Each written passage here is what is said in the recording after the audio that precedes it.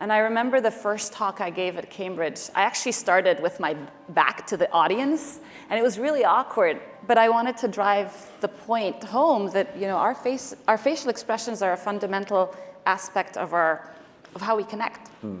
And after the talk, this guy in the audience raised his hand and he said, you know, this sounds like autism. You're trying to teach a computer how to read emotions. My brother has autism. You should look into that. And I did not know what autism was. This is, again, you know, 17 years ago. And I said, well, can you spell that? Took a note. And it turns out Cambridge has one of the top autism research centers. And I hooked up with that center. And at the time, they were building an emotion repository to help kids with autism read emotions. And now, what does that mean, an emotional repository? So they had examples of people expressing like over 400 different types of emotions. And through voice and through face, as a tool to help, you know, kids on the spectrum learn about how do people communicate emotions.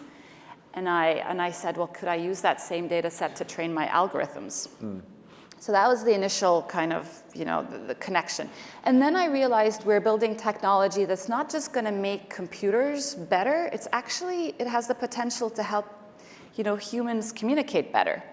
And the analogy I like to give is, you know, when you have a hearing problem, you put on a hearing aid, but there was no equivalent of a hearing aid for social and emotional communication. And you talk about developing or asking yourself the question, could you develop an emotional hearing aid? Right. Which is a really fascinating concept.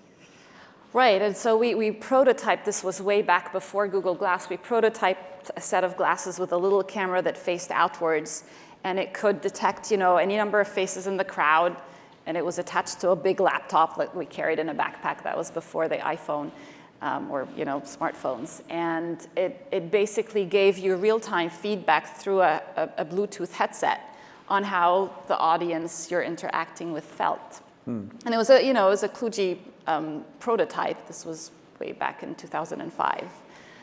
But the idea was you could imagine how a piece of technology can augment not just your cognitive intelligence, but also your emotional intelligence.